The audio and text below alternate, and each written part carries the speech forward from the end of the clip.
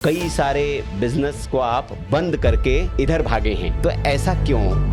क्या ऐसे आपके जीवन में घटित हुआ कि आपको लगा कि नहीं, मुझे यही करना चाहिए? 47 में पाकिस्तान का टूटना हो, चाहे बांग्लादेश का टूटना हो, मैं इन चीज़ों को बर्दाश्त नहीं करता। हर युवा अगर धर्म धारण कर ले तो कहते हैं देवी भागवत में, चाहे मेरे नाम को अपमानित करने का लोगों ने कोशिश किया, सब कुछ लोगों ने करके प्रयास कर लिया। भगवती कहती हैं सिद्धंतु चाटनादिनी वस्तुनि सकलानि, हर कोई उच्चाटित होकर भाग गया। सारी शक्तियां पैरेलली एग्जिस्ट करती हैं, पूरा ब्रह्मांड ऐसा ही है। हमारे शास्त्रों में इतना विज्ञान है, आज मैं आपके सामने इतना विज्ञान खोलूंगा कि अच्छे अच्छे रिसर्चर भी ताज्जुब करेंगे। One of the youngest researcher बन गया मैं भारत का। कहाँ से बना? शास्त्र से बना।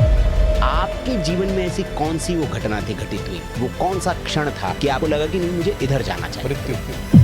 क्या हुआ था? मणिकर्णिका घाट के पास रुका था और मणिकर्णिका घाट में स्नान करने गया, वहां डूब गया पानी। और मैंने पूरा हाथ पैर मार करके प्रयत्न किया। मैंने ये सुना था कि 3 बार पानी आपको बाहर आने का मौका देती है, तीसरी बार डुबा देती है। मैं भी इसको नहीं समझ सकता कि कितने क्षण की वो बात है या कितने ब्रह्मांड घूम के आ गया मैं उतने देर में जी। लेकिन जब वापस शरीर में हूँ तो वहां पे मैं तैर करके स्वतः ही पानी से बाहर निकल पाया, जबकि मेरी तैराकी ठीक नहीं थी। काले वस्त्रों में आप रहते हैं, कोई इसके पीछे विशेष वजह? शक्ति का रंग काला है। ये शक्ति यंत्र भी आप रखते हैं, कि इसका क्या रहस्य? शिव अमोघ कवच पढ़ेंगे, उसमें बड़ा अच्छा एक आता है। क्या हमारे जो पुराण है ये भविष्य भी बताते हैं? बताते हैं। क्या भविष्य, हमारे पुराणों में क्या भविष्य बताया गया है? जरा आज की पीढ़ी को आप बताएंगे कि ये होने वाला है।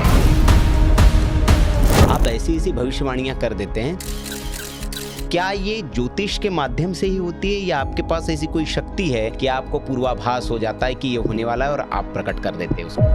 और मैं आपको एक डेट ऑफ बर्थ देता हूँ। हाँ। फेमस पर्सनैलिटी की आपने कहा 15 जनवरी 1977, यानी मौजूदा ये शासन में है और बहुत बड़े पॉलिटिशियन ही हैं। कोई अभिनेता, कोई राइटर, पोएट कुछ नहीं, ये केवल पॉलिटिशियन। कई लोगों ने भूत देखा भी होगा, पर मैं भूत दिखा तो नहीं सकता अभी आपको, पर मैं भूत सुना सकता हूँ जरूर।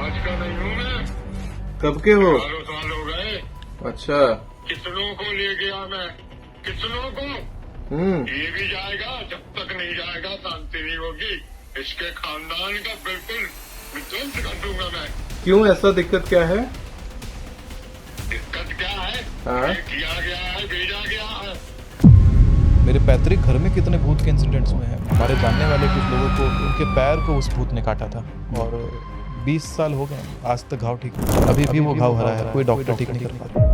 के कमरे में भी कोई आया था जो मिरर में घुस गया था, ऐसे कुछ? गले में सोना था, सोने का पूरा कवच था, पीले रंग की धोती पहनी हुई थी, माथे पे मुकुट था, राक्षस के जैसा दिख रहा था, मूछें बड़ी बड़ी थी, उसकी आंखों में तेज था। कमरे में आके 3-4 बार नाचता है, चिल्लाता है और फिर आईने में घुस जाता है। क्या भगवान से बात की जा सकती है? बिल्कुल की जा सकती है। कोई मार्ग कैसे?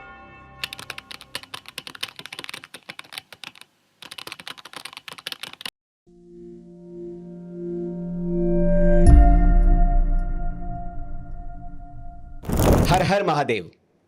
क्या हमारे शास्त्र केवल पूजा पाठ की किताबें भर है या उसमें जीवन, मृत्यु, ब्रह्मांड और चेतना के बारे में ऐसे ऐसे रहस्य लिखे हुए हैं जिसको दुनिया अभी तक धीरे धीरे समझ पा रही है? लेकिन सवाल है कि क्या हम अपने ही शास्त्रों के बारे में उतना जानते हैं जितना हमें जानना चाहिए, या फिर अभी भी हम अनभिज्ञ है?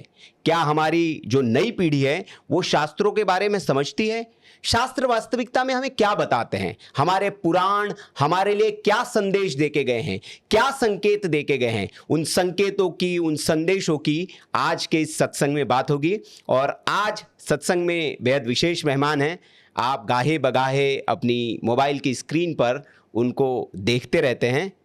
युवा ज्योतिषाचार्य, जिनकी कही हुई वाणी कई बार सत्य हुई है और जो उन्होंने कहा वो घटित हुआ है। सुमिताचार्य जी, बहुत बहुत स्वागत आपका सत्संग के मंच पर। आपने हमारे दर्शकों के लिए समय निकाला। जी नमस्कार और बहुत बहुत धन्यवाद आपका अपने मंच पर आमंत्रित करने के लिए। जी, कैसे हैं आप? बस शंकर जी की सारी कृपा है, माँ जगदम्बा भी कृपा करती हैं। वाह, नहीं कृपा तो आपके ऊपर है, वरना कृपा नहीं होती तो इतनी कम उम्र में इतना ख्याति नाम आप ख्याति को प्राप्त नहीं करते। तो हम शुरुआत करते हैं सुमित जी, कैसे आना हुआ आध्यात्म की ओर, क्योंकि आज के दौर में ये मटेरियलिस्टिक वर्ल्ड है बहुत ज़्यादा और लोग भौतिकता के पीछे बहुत भागते हैं, आध्यात्म सेकेंडरी है लोगों के लिए। लेकिन आप इस उम्र में, जितना मैं आपके बारे में जानता हूँ, जितना मैंने पढ़ा, तो कई सारे बिजनेस को आप बंद करके इधर भागे हैं। तो ऐसा क्यों, क्या ऐसे आपके जीवन में घटित हुआ कि आपको लगा कि नहीं मुझे यही करना चाहिए? देखिए, अध्यात्म का केवल अर्थ त्याग नहीं होता जी। अध्यात्म का एक और अर्थ होता है विस्तार। जी। अगर आप त्याग के पथ पर चलते हुए विस्तार का सोचेंगे, जी। यानी कि अगर आपकी बुद्धि विलक्षण है, हाँ। आपको भगवान ने सोचने का एक क्षमता दिया है, कुछ जी। कार्य करने का क्षमता दिया है, तो मुझे लगता है कि वहाँ पर त्याग को ना अपना करके विस्तार को अपनाना चाहिए। और विस्तार को अगर दिशा दिया जाए तो धर्म का विस्तार होने लगता है। तभी मैंने गुरुकुल निर्माण के ऊपर हाथ लगाया, तभी मैंने धर्म प्रचार के ऊपर हाथ लगाया। जहाँ पर जो निर्माण मैन्युफैक्चरिंग की तरफ जा रहा था, जो निर्माण रिसर्च की तरफ जा रहा था, वो निर्माण अब आध्यात्मिक रिसर्च की तरफ जा रहा है। वो निर्माण अब गुरुकुलों के निर्माण के ऊपर जा रहा है, मंदिरों के विस्तार के ऊपर जा रहा है।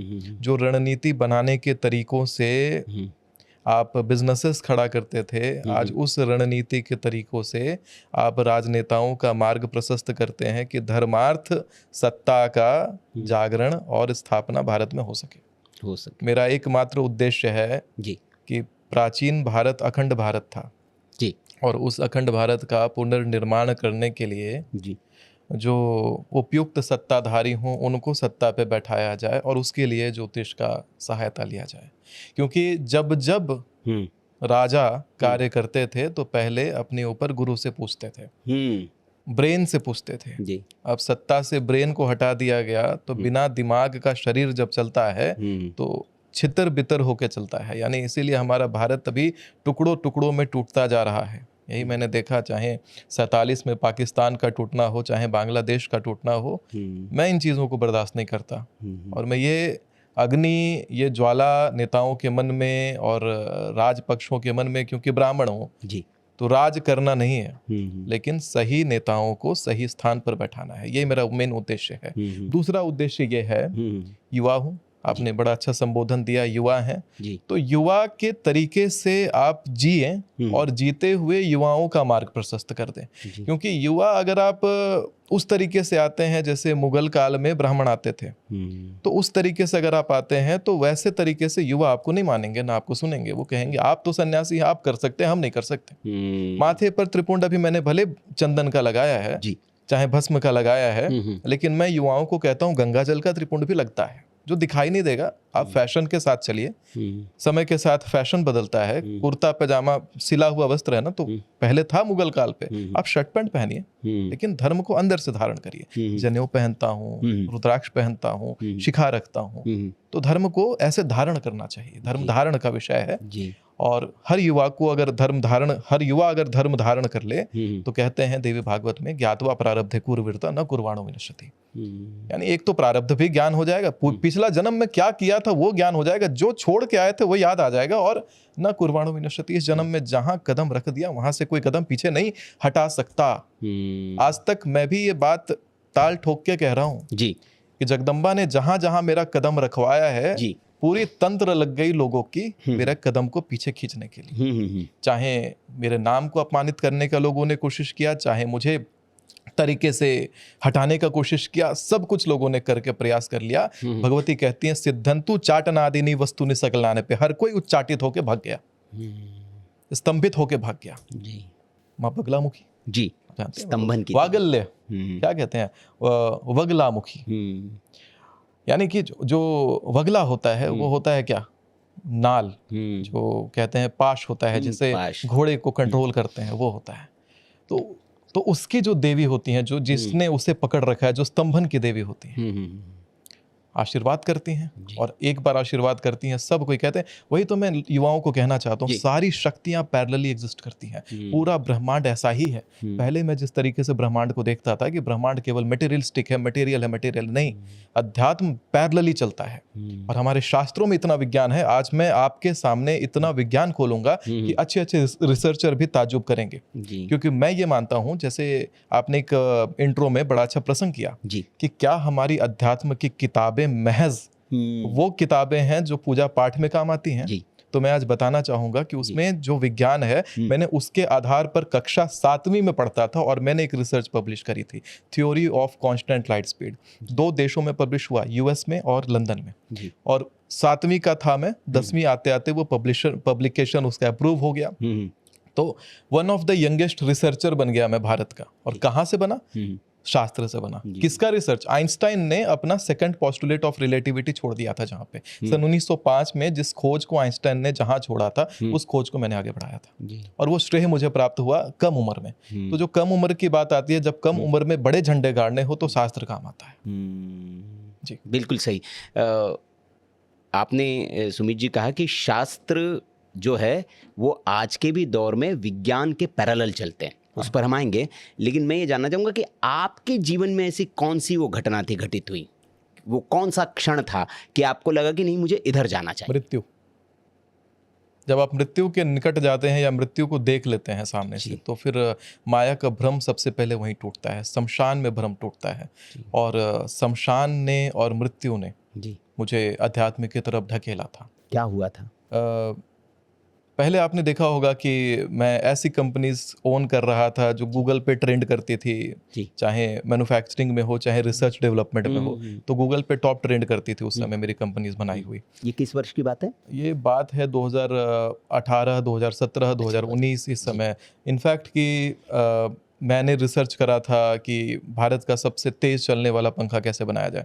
तो मैंने उस समय नई टेक्नोलॉजीज इजाद करी थी, उसको मैंने रिसर्च करके इम्प्लीमेंट किया। Fastest ceiling fan in India, बड़े बड़े कंपनी वाले उस चीज़ को नहीं गेन कर पा रहे थे, मेरा टॉप पे आता था। ये सब बहुत अच्छा एक चल रहा था सब कुछ। लेकिन एक बहुत स्ट्रगल का फेज भी मैंने पहले जिया है, और उसको जीने के बाद घर छोड़ दिया था मैंने। मैं बड़ा खुददार आदमी हूँ, किसी से सहायता नहीं लेता, तो घर छोड़ दिया था मैंने। और घर छोड़ने के बाद अमूमन 4-4.5 हज़ार रुपए थे मेरे पास सेविंग किए हुए, वही पैसे मैंने रखे थे और उससे मैंने कुछ समय, एक अच्छे खासे लंबे समय तक गुजारा किया था अपना। मुझे वो सारा स्ट्रगल का समय याद है, जब परिवार वाले आपसे बात नहीं करते हैं, जब आप अकेले हो जाते हैं, ना आपके दोस्त आपके साथ होते हैं, क्योंकि एक तरीके से आप लाइफ में फेल्ड हैं। एक बड़ी अच्छी कहावत है, पता है क्या, कि अगर आपको कोई युद्ध जीतना है अपने जीवन में, आते हैं ना नाविक आते हैं युद्ध लड़ने के लिए, तो कहते हैं कि if you want to win the war then burn the ships first. अपनी जहाजें पहले जला दो ताकि तुम्हारे पास बाहर वापस जाने का रास्ता ना बचे। जब अगर वापस जाएंगे तो उनकी जहाजों में जाएंगे जहां हम इन्वेट करने आए हैं। क्या बात है। तो मैं भी इसी में बिलीव करता हूँ, अपनी जहाजें में पहले जला देता हूँ। मैंने ड्रॉप आउट ले लिया, स्कूल ड्रॉप आउट मैंने ले लिया, और अपनी पीछे जाने की जहाजें, एकेडमिक जर्नी से जो चीज़ें प्राप्त होती हैं उसकी जहाजें तो मैंने चला ली। एंटरप्रेन्योरशिप मेरे पास ऑप्शन, मुझे एंटरप्रेन्योरशिप में ही जाना था, और मैंने लिटरली उसमें फिर झंडे गाड़े थे। घर छोड़ने के बाद भी स्टार्टअप विदाउट कैपिटल का एक अच्छा स्पीकर में रहा।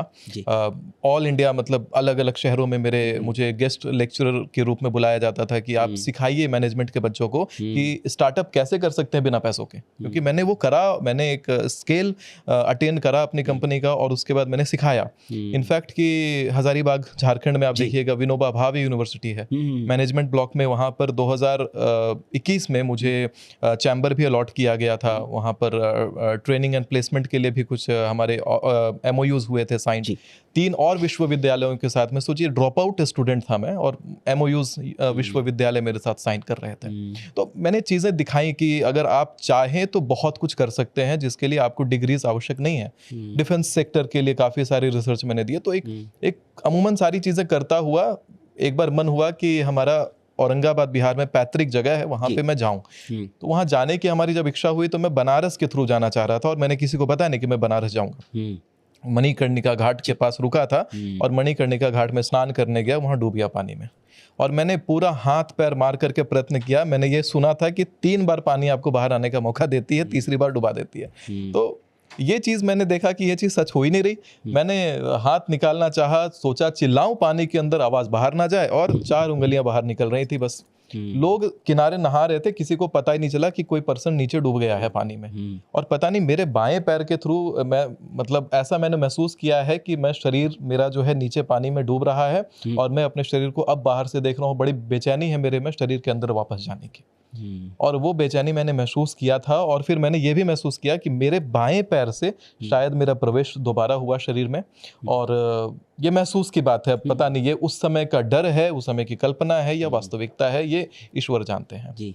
मैं भी इसको नहीं समझ सकता कि कितने क्षण की वो बात है, या कितने ब्रह्मांड घूम के आ गया मैं उतने देर में। जी। लेकिन जब वापस शरीर में हूँ तो वहाँ पे मैं तैर करके स्वतः ही पानी से बाहर निकल पाया, जबकि मेरी तैराकी ठीक नहीं थी।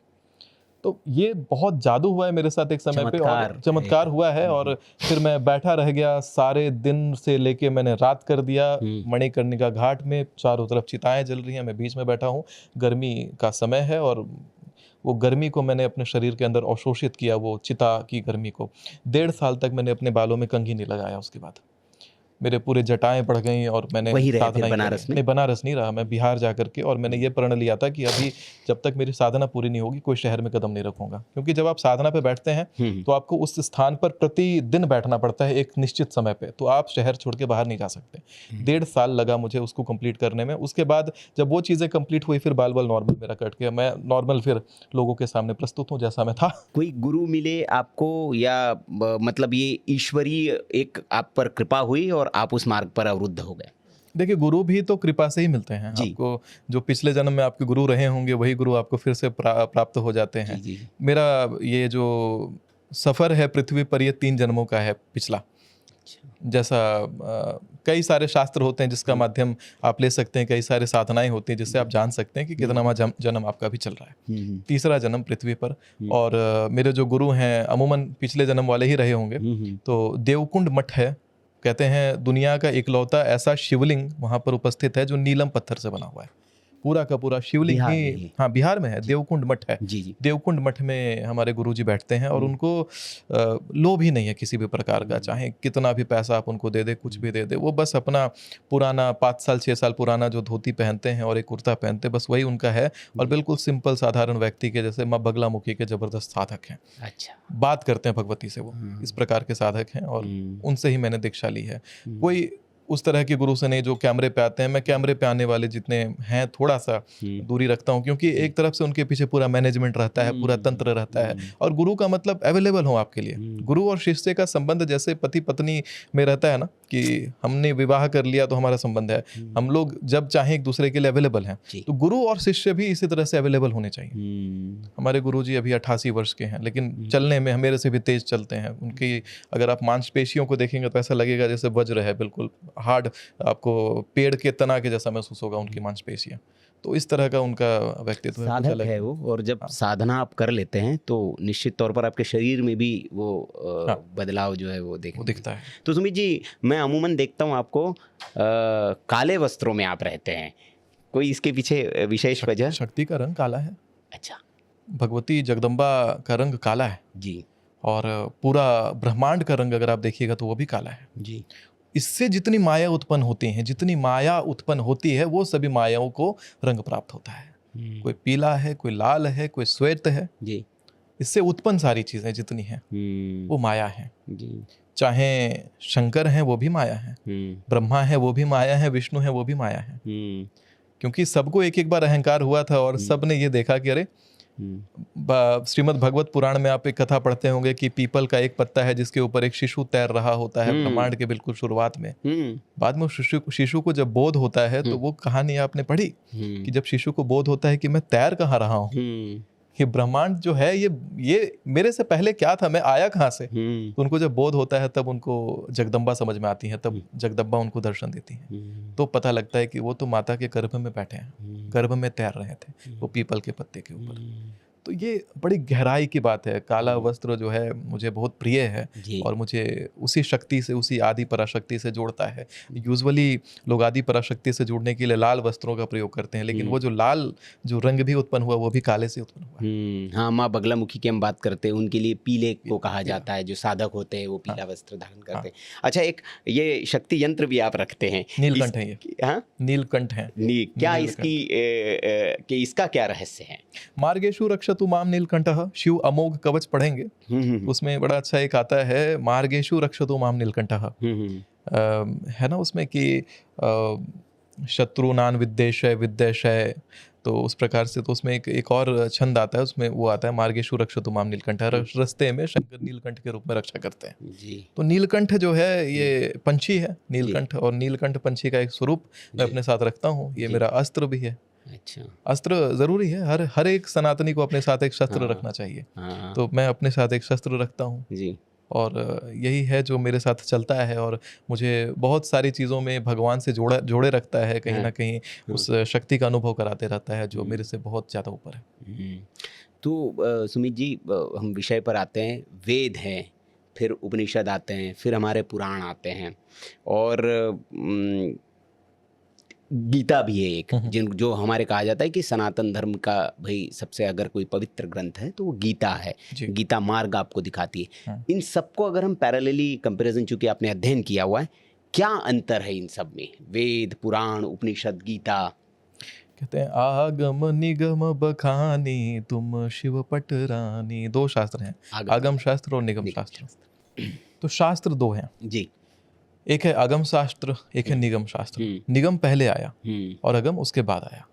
जब शिव पार्वती के बीच का संवाद हुआ तो उस संवाद में जो माता पार्वती ने बोला वो निगम है, जो भगवान शंकर ने बोला तंत्र आदि सब कुछ आगम है। तो जो वेद हैं वो निगम शास्त्र है, यानी वो सिद्धांत है जिस पर ये पूरी पृथ्वी चलती है, पूरा ब्रह्मांड चलता है। सिद्धांत, जैसे हम पढ़ते हैं ना कि every action has a equal and opposite reaction. सूरज पूर्व में उगता है, पश्चिम में डूबता है, ये सिद्धांत है। तो सिद्धांत कहाँ है? सिद्धांत सारे के सारे निगम शास्त्रों में। निगम शास्त्र कभी बदला नहीं जाता। देश काल परिस्थिति के अनुसार भी निगम शास्त्र नहीं बदलता। बदलता क्या है? तो अगम शास्त्र। तो अगम शास्त्र बाद में आया, तो अगम शास्त्र के अंदर तंत्र आदि सारे मार्ग आ जाते हैं, सब कुछ आ जाता है। हालांकि जब पुराणों की बात की जाए तो हमारे प्रमुख 18 महापुराण, और 18 महापुराण अगर देखा जाए तो कुल 1,36,000 श्लोक हुआ करते थे। शिव महापुराण सबसे पहले आया 18 महापुराणों में से, सबसे प्रमुख है, उसी से सारे के सारे महापुराण निकले हैं, शिव महापुराण से। और शिव महापुराण में पहले 1,36,000 श्लोक हुआ करते थे, जो कि देश काल परिस्थिति के अनुसार वो स्वर्ग लोक को प्राप्त हो गए। अब कुछ 24,000 श्लोकों का शिव महापुराण रह गया। और इसी प्रकार से बाकी के सारे पुराण, जैसे विष्णु पुराण है, पद्म पुराण है, कूर्म पुराण है, मत्स्य पुराण है, भविष्य पुराण है, तो इस प्रकार से सभी पुराण कहते हैं कि जिसके घर में 18 पुराण एक साथ रख दिए जाएं, उस घर में लक्ष्मी का वास हो जाता है। अच्छा। और 18 महापुराण रखना बहुत दुर्लभ है, क्योंकि सभी पुराण आपको असली स्वरूप में नहीं मिलेंगे। अब देखिए, गीता प्रेस गोरखपुर का पुराण आता है, असली किताबें तो वहां से आती हैं, लेकिन गीता प्रेस गोरखपुर के ऊपर भी सरकार का दबाव। 2017 में भविष्य महापुराण प्रिंट करना अलाउड नहीं हो रहा उनको, तब से भविष्य पुराण नहीं मिल रहा। अब सोचिए, लोग 18 पुराणों का संकलन कैसे करेंगे जब भविष्य पुराण ही नहीं, एक पुराण गायब हो गया। लेकिन पुराण अगर आप अध्ययन करेंगे तो आपको पता लगेगा कि अभी जितना विज्ञान में शोध हो रहा है, सभी के सभी शोध आपको पुराणों में मिल जाएगा। और मैं बता सकता हूँ कि कहाँ पे कौन सा रिसर्च है, चाहे लाइट के पार्टिकल्स की बात कर लीजिए, चाहे फोटो इलेक्ट्रिसिटी की बात कर लीजिए, चाहे आप क्वांटम फिजिक्स की बात कर लीजिए, चाहे आप मॉडर्न फिजिक्स, चाहे क्लासिकल फिजिक्स, जिसकी आपको बात करनी है, सारे के सारे श्लोक के साथ मैं आपको बता सकता हूँ पुराणों में कहाँ कहाँ लिखा हुआ है। एआई के बारे में कोई जिक्र पहले से? बिल्कुल भविष्य पुराण में है, भविष्य पुराण में है, एआई के बारे में जिक्र है। और इनफैक्ट अगर आप ये देखिएगा कि मैं आपको एक श्लोक सुनाता हूँ। मैंने एक बात बोली कि प्रकाश में भी कण होते हैं, इसके बारे में, और ये कण कैसे काम करते हैं इसके बारे में भी अग्नि पुराण में वर्णन वर्णन है। जी। तिथिम चैव समन्वितम परमवार समन्वितम चतुर्थ विशति हरित भागम शेषम अग्निवास उच्यते शून्य वशति पृथ्वी ही द्वितीय वशति पृथ्वी ही एक वशति आकाशे तृतीय वशति पाताले। तो ये जो है अग्नि की अवस्था बताता है, मतलब ये जो कण होते हैं इसकी अवस्था बताता है, जिसमें कि 2 बार ये इंटरेक्ट होते हैं मैटर से, 2 बार ये माया को छूते हैं, और 2 बार ऐसा समय होता है जब ये माया को छूते ही नहीं है। जब लाइट के पे पार्टिकल्स होते हैं, सूर्य से न्यूट्रिनोज निकलते हैं, ये पार्टिकल्स जो होते हैं ये भी ऐसे ही होते हैं। पृथ्वी के नीचे सोने के खान में बनाया जाता है पार्टिकल डिटेक्टर, ताकि पृथ्वी के ऊपर की ऊर्जा से इफेक्ट ना पड़े। और जो ब्रह्मांडीय ऐसे जो लाइट के कण होते हैं ये पृथ्वी के बिल्कुल आर पार निकल जाते हैं, बिल्कुल आर पार निकल जाते हैं, बिना छुए मैटर को, बिना पदार्थ को छुए। लेकिन जो बीच वाले 2 मैंने बोला, शून्य वशति पृथ्वी ही द्वितीय वशति पृथ्वी ही, तो ये जो 2 बार होते हैं ये 2 बार जाकर के वहाँ डिटेक्ट होते हैं। और ये सिद्धांत है विज्ञान का। क्वांटम फिजिक्स की हम बात करते हैं, इंटेंगलमेंट की हम बात करते हैं, ये सारा कुछ हमारे शास्त्र में है।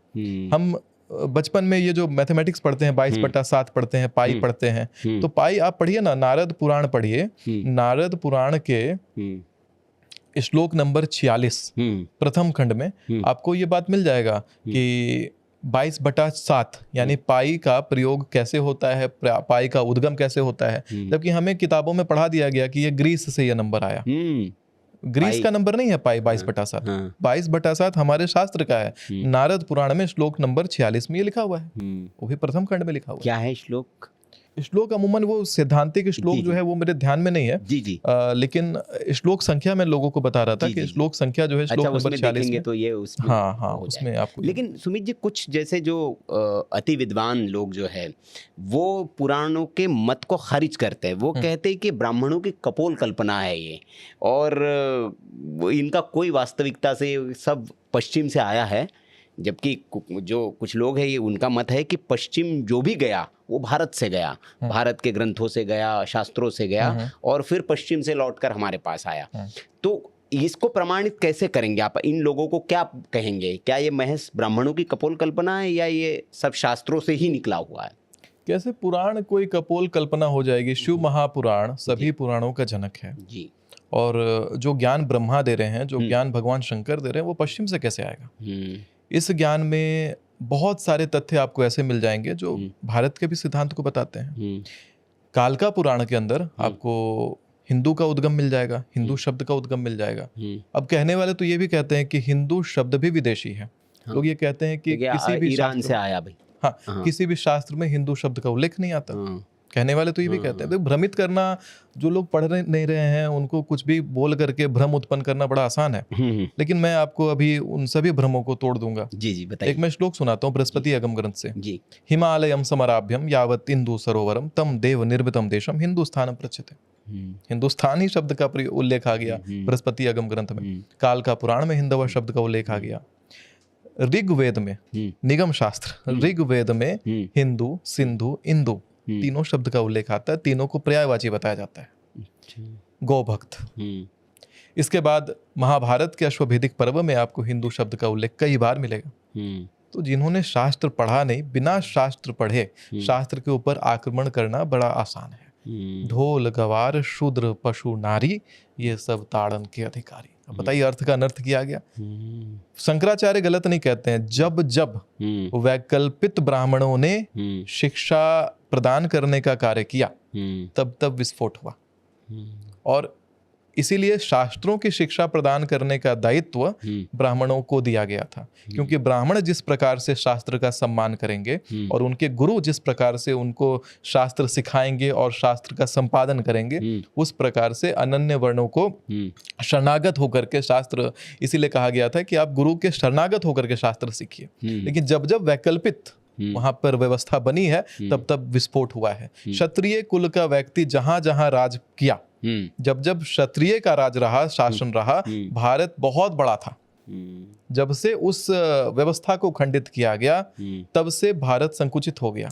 अभी देखिए जो वैश्य हैं, वैकल्पित वैश्य नहीं बहुत अमीर हैं। भारत में भी अगर पारसी भी देखेंगे तो पारसी समुदाय वैश्य समुदाय है, और वैश्य समुदाय देखिए अंबानी कितने अमीर हैं। उनकी तुलना करना बहुत मुश्किल है। और जो उनका कौम है, वैश्यों का जो कौम है प्रॉपर, अग्रवाल हैं, सिंधी हैं, जितने हैं, देखिए बहुत बढ़िया मंझे हुए बिजनेसमैन होते हैं। बाकी नहीं कर सकते हैं। राजपूत जब करने जाते हैं बिजनेस तो अहंकार इतना ज्यादा हो जाता है, इतना गर्म हो जाएंगे, बात बात पे केस कोर्ट कचहरी सब लग जाएगा। ब्राह्मण बिजनेस में आएंगे तो श्राप देने लग जाएंगे, कुछ भी मतलब व्याकुल हो जाएंगे, परेशान हो जाएंगे। हर किसी के लिए नहीं है। जो वर्ण का जो काम है उनको वही अच्छा शोभा देता है। ब्राह्मणों के लिए रिसर्च करिए, आप शिक्षा का काम करिए। डॉक्टर एपीजे अब्दुल कलाम, इस पे मेरे से एक जर्नलिस्ट ने ऐसे सवाल कर दिया कि आप बोलते हैं कि वैकल्पिक ब्राह्मण बढ़िया नहीं कर सकते, तो एक बात बताइए, डॉक्टर एपीजे अब्दुल कलाम इतने बढ़िया साइंटिस्ट कैसे बन गए? वो तो ब्राह्मण नहीं थे। मैंने बोला उनकी हिस्ट्री निकालिए तो क्या था, तो उनके पिता बता रहे हैं कि मछुआरे का काम करते थे। नहीं, उनके पिता मौलाना भी थे, पढ़ा रहे थे समुदाय में। उनके दादा का निकालिए, वो भी मौलाना थे। उनके परदादा भी उसी प्रकार से मौलाना थे। तो जिनका पीढ़ी ही शिक्षण में रहा है वही व्यक्ति इतना बड़ा रिसर्चर बना। और ये चाहे भारत में व्यवस्था को देखिए, चाहे आप विदेशों में व्यवस्था को देखिए, हर जगह वर्ण व्यवस्था अपने आप बन जाती है। बनाने की चीज नहीं है, ये कोई इंसान नहीं बना सकता वर्ण व्यवस्था, वो अपने आप बन जाती है। एक क्षत्रिय जिस प्रकार से दर्द को सहन कर सकता है, ब्राह्मण नहीं कर सकता। ब्राह्मण व्याकुल हो जाएगा। एक ब्राह्मण एक आसन पर ध्यान मुद्रा में जितनी देर तक बैठ सकता है, क्षत्रिय नहीं बैठ सकता। तो सबकी अपनी अपनी व्यवस्था है और हर किसी के व्यवस्था का सम्मान होना चाहिए। क्या भारत देश में वर्ण व्यवस्था जो जन्म से थी या कर्म से थी? क्योंकि जन्म से, कर्म से नहीं। जैसे पहले कहा जाता था कि अगर आप अपने कर्म उस तरह के कर ले तो आप उस वर्ण व्यवस्था में चले जाते थे। नहीं, देखिए नियम क्या कहता है कि जब कोई ब्राह्मण बच्चा उत्पन्न होगा तो उसका नामकरण संस्कार जन्म के 12 दिन के अंदर हो जाना चाहिए जी। अगर क्षत्रिय है तो 14 दिन के अंदर हो जाना चाहिए, वैश्य है तो 16 दिन के अंदर हो जाना चाहिए, शूद्र है तो 18 दिन के अंदर हो जाना चाहिए। जन्मजात शिशु का कैसे तय होगा कि कर्म ब्राह्मण का है, क्षत्रिय का है, वैश्य का है या शूद्र का है? नहीं, उसके बाद बदला जा सकता है, नहीं बदला जा सकता। नहीं, अच्छा, देखिए एक श्लोक है, कहते हैं कि कर्मणो जायते जन्मः, जन्मनो जायते वर्णः।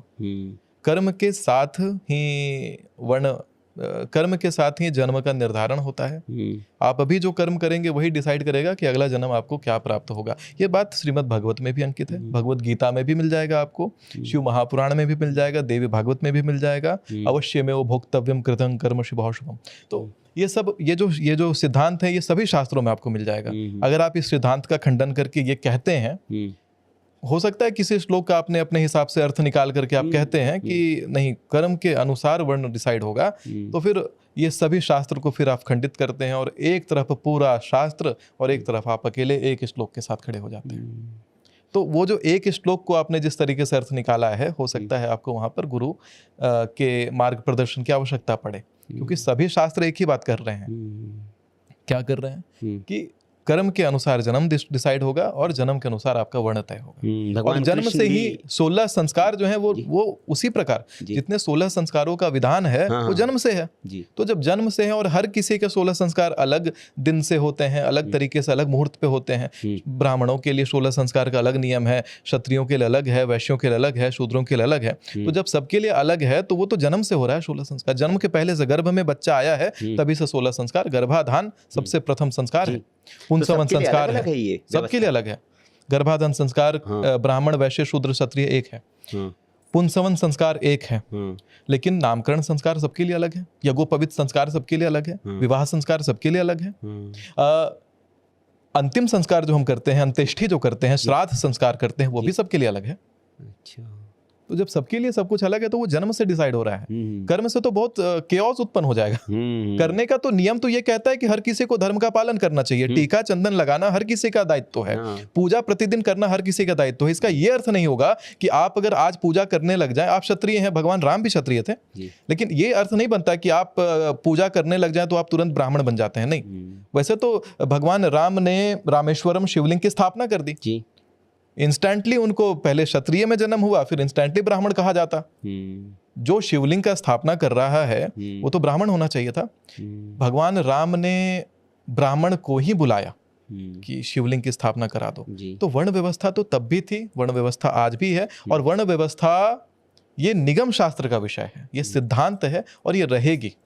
इसको कोई काट नहीं सकता। सरकारें आएंगी, इसके ऊपर पॉलिटिक्स खेलेंगी, लेकिन ये काट नहीं सकता। लेकिन इसके ऊपर क्या है, ऊंच नीच का जो भाव है वो खत्म होना आवश्यक है।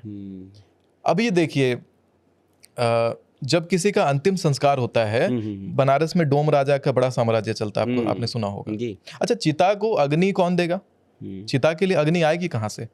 डोम ही अग्नि दे सकता है। जी। अग्नि जो प्रथम अग्नि आएगी चिता को जलाने के लिए वो डोम दे सकता है। डोम के अलावा कोई और वर्ण का व्यक्ति अगर अग्नि दे दे तो उस आत्मा को, उस जीवात्मा को मुक्ति नहीं प्राप्त होगी। तो वहां डोम की आवश्यकता पड़ी। कितना आवश्यक है? पूरा जन्म आपने, पूरा जीवन आपने कितने अच्छे अच्छे कर्म कर लिए, लेकिन आपको मुक्ति नहीं मिलेगी अगर आपको अग्नि जो है, अग्नि का व्यवस्था डोम ने नहीं करवाया। आपके घर में सूतक लगा हुआ है, सूतक के काल के खत्म करने के लिए आपके घर का अनाज शुद्ध हो और भगवान को प्रसाद के रूप में चढ़ाया जा सके, उस लेवल का अनाज को अगर शुद्ध करना हो तो घर के आंगन में जब तक धोबी आकर के खाना खा के जूठा नहीं गिराता, आपके घर का अन्न शुद्ध नहीं होता। तो धोबी की कितनी आवश्यकता है? धोबी के बिना चाहे ब्राह्मण हो, वैश्य हो, शूद्र हो, क्षत्रिय हो, किसी का भी घर शुद्ध होगा ही नहीं, किसी का अनाज शुद्ध नहीं होगा। वो अनाज अपना दान नहीं कर सकेगा, अशुद्ध है उसके घर का खाना। इसी प्रकार से अब क्योंकि इन कौमों को लोग नीचे समझ रहे हैं, तो नीचे ऊपर कहाँ हुआ? ब्राह्मण भी शुद्ध नहीं होगा बिना उनके। ब्राह्मण ठीक है, पूजा पाठ का कर्म रहा तो ब्राह्मण ने आशीर्वाद दिया, लेकिन धोबी ने भी तो आशीर्वाद दिया। अब उस ब्राह्मण के घर में जूठा गिराया। जो तिवारी होते हैं, कंटाहा करके लगता है उनका, कंटाहा कौम एक अलग होता है। तो कंटाहा कौम जब तक तिल और दूध प्रेत के नाम से ग्रहण नहीं करेंगे, अपने कंठ से पार नहीं करेंगे, तब तक प्रेत को पिंड ही नहीं प्राप्त होगा। उसकी भी आवश्यकता है। अगर कहते हैं ना, वर्ण व्यवस्था की सुंदरता को समझना है, ऊंच नीच के भावों को भूलना है, तो आपको अंतिम संस्कार की क्रियाओं को समझना पड़ेगा। जब तक नाई आपके घर का नाखून नहीं काटेगा, आपके शौर संस्कार नाई नहीं करेगा, नाई जाति का व्यक्ति नहीं करेगा, तब तक आपके घर का जो व्यक्ति है वो शुद्ध नहीं होगा, पूजा करने के योग्य नहीं होगा। चाहे कितना भी बड़ा प्रकांड ब्राह्मण क्यों ना हो, शंकराचार्य के पद पे क्यों ना बैठा हो, जब तक नाई से बाल नहीं कटवाएगा वो शुद्ध नहीं होगा। तो विकल्प का यहाँ कोई नाम ही नहीं आता। यहाँ पे जन्म से ही वर्ण डिसाइड हुआ है और वही वर्ण का व्यक्ति वो काम करेगा, चाहे उसके कर्म चाहे कैसे भी हो। बात ये मैं अपने मनगढ़ंत नहीं कर रहा। वराह पुराण पढ़िए, वराह पुराण में साफ साफ वर्णन आता है कि जो ब्राह्मण वर्ण का व्यक्ति है उसको पात्रता प्राप्त है। वो चाहे कितना भी कुकर्मी हो, मदिरा पान करता हो, वैश्यागमन करता हो, कुछ भी करता हो, लेकिन उसके अंदर वो पात्रता है। अगर कोई व्यक्ति उसके पास कुछ दान दे करके चला जाए, उसका कितना भी बड़ा काम फंस रहा हो, उसने अपने जो फंसने वाले जो कर्म होते हैं जिसके कारण वो फंस रहा था, वो कर्मों को उसने दान जैसे ही दिया, ब्राह्मण ने ग्रहण कर लिया उस दान को, तो बस उसके तो वो कर्म कट गए वहां से। अब ब्राह्मण का टेंशन है भाई वो उतारे कैसे। किसी के घर में अकाल मृत्यु हो जाती है, अकाल मृत्यु के बाद क्या करवाते हैं? नारायण नाग बलि। अब नारायण नाग बलि का अनाज कोई और कास्ट खा के दिखा दे, वो ब्राह्मण ही उसका शोधन कर सकता है। कोई और कास्ट खाएगा तो उसके घर भी अकाल मृत्यु घटित हो जाएगी। होते हैं ना लोग खूब आजकल भगवा पहन पहन के चैनल में बैठ रहे हैं, कहिए ना उनको कि उनके घर अकाल मृत्यु हुआ है, जाकर के उनके घर ब्राह्मण भोजन में जाना है आपको, आप तो बहुत बढ़िया पंडित बने हुए हैं, एवं ब्राह्मण भोजन करके आइए। वो करके आएंगे, 1.25 महीने के अंदर उनके घर मृत्यु होगी, अकाल मृत्यु 1.25 महीने के अंदर, नारायण नाग बलि का अनाज खाने से। इतना ज्यादा वो अपवित्र अनाज होता है, क्योंकि उस व्यक्ति के जीवन में जितने कुकर्म उसने करे थे, उस अनाज में वो कुकर्म है जिसके कारण उसकी अकाल मृत्यु हो गई थी। उसका भी पाप को ग्रहण कौन करेगा? तो ब्राह्मण करेगा। तो समझिए कि हर व्यवस्था की कितनी महत्ता है। इसको सरकार पॉलिटिकल ढांचे में ढाल ढाल करके लोगों को लड़वाती है। कहाँ लड़िएगा? अंत्येष्टि में लड़के दिखाइए, फिर वर्ण व्यवस्था के आधार पे सबको साथ में लेके चलना पड़ेगा। जी, भगवान कृष्ण भी गीता में कहते हैं कि चारों वर्ण मेरे ही द्वारा सृजित किए हुए हैं, मेरे ही द्वारा बनाए हुए हैं। तो भगवान कृष्ण गीता में भी ये कहते हैं। मनुस्मृति की मैं बात कर रहा था, जहाँ से मनुस्मृति बड़ी विवादों में है, लोग जलाते हैं उसको। क्या ऐसा विवादित लिखा हुआ है मनुस्मृति में? कुछ विवादित है ही नहीं जी। मैंने कहा शास्त्र अगर पढ़ना है तो गुरु के सानिध्य में पढ़िए, बिना गुरु के पढ़ेंगे तो सब विवादित है। जी। मैंने अगर कह दिया आपको कि आपको अगर स्वास्थ्य अच्छा करना है या चेहरे पे चमक चाहिए तो कनक भस्म खाना शुरू कर दीजिए। अब मैंने कहा कनक भस्म, अगर मैं गुरु के रूप में अगर आपको बताऊं और अगर आपको कनक बता दिया तो कनक का 2 मतलब होता है। कनक का धतुरा भी है, कनक का सोना भी है। मैंने तो कहा था स्वर्ण भस्म खाने आप धतुरा वाला भस्म खा के पागल हो जाएंगे। गुरु की आवश्यकता पड़ी ना वहां पे। बिना गुरु के तो आप अर्थ का अनर्थ निकालते रहेंगे। तो शास्त्र में भी ऐसे ही है। इतना जटिल काव्य रचना है शास्त्र में, इतना जटिल काव्य है कि उसको हर आम व्यक्ति समझ नहीं सकता जब तक परंपरा से सीखता ना आया हो। क्योंकि शब्दों का तो अनर्थ निकलता रहेगा। परंपरा बताती है, हमारे दादा ने जो हमें सिखाया, हमारे पिता ने जो हमें सिखाया, परदादा से जो हमारे दादा ने सीखा है, वो परंपरागत सीखते आए हैं कि भाई इस कनक का अर्थ यहाँ पे सोना ही है, यहाँ धतुरा नहीं है। तभी तो ये ये मजाक मजाक में आजकल टिप्पणियां जो मजा ये क्या क्या हास्यप्रद टिप्पणियों में कनक कनक के सौगुनी वाला प्रयोग किया जाता है, मादकता सौगुनी अधिकाय। हाँ, तो ये जो है आपका हास्य में यूज किया जाता है। बोरा है और वो अपाए बोरा है, हाँ। दोनों सोने मिल जाए तो भी बोरा ना तय है। लेकिन ये जो है चलता है कैसे, परंपरा से चलता है। जी। तो परंपरा से ही सीखे ना, अपने से सीखेंगे तो गड़बड़ हो जाएगा। बिल्कुल। तो अपने से करना बहुत मुश्किल है, करना तो किया तो जा सकता है, लेकिन कहते हैं ना कि अब मोबाइल फोन का प्रयोग हमें करना है तो आ ही रहा है, सर्किट बनाने वाली कोई और कंपनी है, डिस्प्ले बनाने वाली कोई और कंपनी है, तो हर जगह से सामान ले रहे हैं, व्यवस्थित ले रहे हैं, तो सब काम हो जा रहा है। खुद से बनाने शुरू करिए तो 200 साल का रिसर्च दोबारा करना पड़ेगा आपको एक मोबाइल फोन बनाने के लिए, तो वो 200 साल बच रहे हैं ना परंपरा के कारण। तो परंपरा को सम्मान करना चाहिए और परंपरा को व्यवस्थित रखना चाहिए लोगों को। जी, अब आते हैं जिसके आप विशेषज्ञ हैं, क्या हमारे जो पुराण हैं ये भविष्य भी बताते हैं? ये बताते हैं क्या भविष्य, हमारे पुराणों में क्या भविष्य बताया गया है? जरा आज की पीढ़ी को आप बताएंगे कि ये होने वाला है, क्या क्या लिखा गया है हमारे पुराणों में? देखिए, अमूमन पुराणों का भविष्य, जितना हम ज्योतिष का बात करते हैं, जितने ग्रहों की संरचनाओं का हम बात करते हैं, वो हमारे पुराणों से ही आता है। ज्योतिष भी पुराणों से आता है। नारद पुराण में ज्योतिष मिलेगा आपको, शिव महापुराण में ज्योतिष मिलेगा। तो ज्योतिष का हम प्रयोग करते हैं भविष्य बताने के लिए। जी, ज्योतिष विद्या का प्रयोग करते हैं। ज्योतिष विद्या पुराणों से आती है। तो पूरा का पूरा जितने मैं प्रेडिक्शंस करता हूँ कि फलाना डेट को फलानी चीजें होंगी, फलाने डेट को फलाना नेता गद्दी छोड़ के चला जाएगा, सब पुराणों का ही विस्तार है। अब इसको आप बढ़ाते जाइए और विस्तार लिखते जाइए, बढ़ाते जाइए, विस्तार लिखते जाइए, अनंत है। जी, पुराण देखिए, हिंदू का सनातन का जो विधा है वो कोई किताब पे केंद्रित है ही नहीं। अभी जब तक मैं पुराणों की बात कर रहा था तब तक दिमाग में चल रहा होगा कि भविष्य पुराण है तो इतना मोटा किताब है, और श्रीमद् भगवत है तो इतना मोटा है, महाभारत है तो इतना मोटा पोथी होगा। ऐसा है ही नहीं। ये तो पुराणों का ज्ञान भगवान ने दिया, कुछ संकलित मंत्र हैं, लेकिन उनके बाद उसका विस्तार होता जाएगा। तो आप चाहे भविष्य पुराण बनाना चाहे तो बनाने का पूरे कमरे भर का मोटा बना सकते हैं, गणना करते जाइए और बनाते जाइए। भी कहा जाता है हमारे कुछ ग्रंथों को, उसका क्या अर्थ है वास्तविक? अपौरुष, ये अपौरुष है। अपौरुष का अर्थ ये हो गया कि जो माया से व्यक्त ना हो, जो अव्यक्त हो। पौरुष जो होता है वो माया से संबंध रखता है, और जो माया से भी परे होता है वो अपौरुष होता है, जिसको हम ना स्त्री ना पुरुष लिंग भेद से भेद नहीं कर सकते, माया भेद से, पदार्थ भेद से भेद नहीं कर सकते, वो अपौरुष है। वो एक शक्ति है जो अव्यक्त के जैसी होती है। उसी को आप जब जब व्यक्त करते हैं तो शब्द निकलते हैं। कहते हैं रसे रूपे च गंधे च शब्दे स्पर्शे च योगिनी। तो शब्दों से व्यक्त होता जाता है और इसका विस्तार होता जाता है। जी, शक्ति की आपने बात की सुमित जी। आपकी जैसे हम देखते हैं कि बहुत सारी जो भविष्यवाणियाँ हैं, आप ऐसी ऐसी भविष्यवाणियाँ कर देते हैं, अमूमन जो ज्योतिषाचार्य हैं उनके लिए वो मुझे लगता है असंभव जैसा काम है, और वो नहीं उन चीज़ों पे बात करते, आप करते और वो सही भी हो जाती है। तो क्या ये ज्योतिष के माध्यम से ही होती है, या आपके पास ऐसी कोई शक्ति है कि आपको पूर्वाभास हो जाता है कि ये होने वाला है और आप प्रकट कर देते हैं उसको? ऐसा कुछ है? देखिए, शक्ति होगी तो बताऊंगा नहीं, लेकिन ज्योतिष को नाम दूंगा यहाँ पे। जी, नाम ज्योतिष का दूंगा।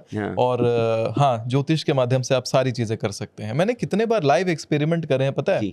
मेरे कई सारे एपिसोड्स आप देखेंगे, मैंने कहा है लोगों को कि आप लाइव मुझे ना रैंडम निकाल के दीजिए ना 2-4 डेट ऑफ बर्थ लोगों का, और सामने कुंडली देख करके बता देता हूँ भाई कि ये व्यक्ति, प्रयास तो करता हूँ कि ये व्यक्ति फलाने कार्य से है। कोई क्रिकेटर का दे देता है, कोई सरप्राइज नाम नहीं बताता कि किसकी कुंडली है, किसका हम आपको चार्ट दिखा रहे हैं। कोई क्रिकेटर का हो जाता है, कोई पॉलिटिशियन का हो जाता है, वो सामने निकल आता है। तो मतलब एक खास डेट को अगर कोई व्यक्ति का जन्म हो रहा है, जीवन में क्या क्या करेगा सब कुछ तय हो जाता है। आयु कर्म च वित्तम च विद्या निधन में वच पंचेतानि सृजन्ते गर्भस्य वदेहिना। तो कोई हम दे आपको एक रैंडम डेट ऑफ बर्थ दीजिए तो निकाला जाए, फिर इसके ऊपर भी एक अच्छा एक्सपेरिमेंट हो सकता है। बिल्कुल। और श्री राम की कृपा भी नहीं, संभव ही नहीं कि हम आप बैठे हैं, इसमें श्री राम की कृपा है कि हम आपसे ये सत्संग कर पा रहे हैं। तो इसमें कुछ प्लॉटेड नहीं है, सब कुछ रैंडम है। तो ठीक है सुमित जी, एक लाइव प्रयोग करते हैं हम लोग, और मैं आपको एक डेट ऑफ बर्थ देता हूँ।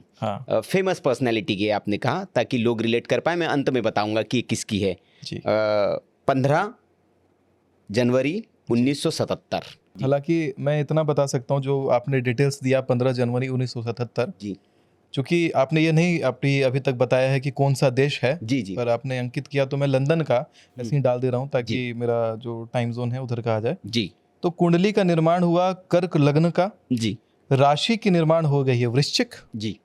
और इसके केंद्र में शनि है और दशम भाव में बृहस्पति। दशम भाव में बृहस्पति पता है कैसा होता है? किम कुर्वन्ति ग्रह सर्वे यश केंद्र बृहस्पति। और बृहस्पति के ऊपर सूर्य भी केंद्र में है। मैंने क्या बोला अभी ऑफ द कैमरा बता रहा था, सूर्य का केंद्र में होना व्यक्ति को पॉलिटिशियन बना ही देता है। तो और प्रसिद्ध व्यक्ति हैं तो बहुत प्रसिद्ध पॉलिटिशियन, और विदेशी हैं तो ऑफ कोर्स इसमें, क्योंकि बृहस्पति केंद्र में है जी। मौजूदा। अगर आप जानना चाहें ना तो मैं एक बात बता देता हूँ आपको, चूंकि इनके प्रथम भाव में शनि है और शनि अभी कहाँ बैठे हैं? बृहस्पति के घर में बैठे हैं, मीन में।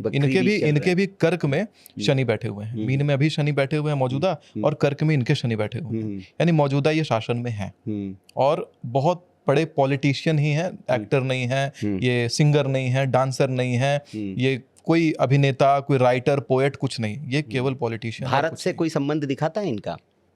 भारत से बता सकती है इसे? भारत से हमेशा संबंध रहेगा इनका। कारण ये है कि भारत भी जो है बृहस्पति प्रधान है। बृहस्पति जो है कहते हैं ज्ञान का और बुद्धि का सूचक होता है, तो भारत से इनका संबंध रहेगा। भारत के साथ जो भी ये मुल्क से रहेंगे, भारत के साथ उस मुल्क का संबंध बहुत अच्छा रहेगा, मित्रवत संबंध रहेगा। लेकिन पॉलिटिशियन है ये मैं डंकी की चोट पे कह सकता हूँ। नहीं, मान गए सुमित जी आपको। मैं अब दर्शकों को बता दूं कि ये जो डेट ऑफ बर्थ है आप गूगल पे देखेंगे तो ये इटली की प्रधानमंत्री जॉर्जिया मेलोनी की डेट ऑफ बर्थ है। और जितना भी आपने बताया वाकई भारत के साथ उनके प्रगाढ़ संबंध है। हमारे देश के प्रधानमंत्री जी की अभिन्न मित्रों में से एक है और बहुत गहरे उनके ताल्लुकात। भारत के प्रति उनका रुख जो है बहुत सकारात्मक रुख है, और जैसे आपने कहा उसकी वजह भी बताई, चूँकि बृहस्पति उनकी कुंडली में है और भारत की वजह से तो उनका लगाव रहना। और ये भविष्यवाणी पुराण भी जो है, कुछ दिन पहले हमने एक पॉडकास्ट किया था उसमें भी कहा था कि इटली जो है हमेशा भारत के साथ रहेगा और इटली में आने वाले दिनों में सनातन की स्थापना होगी।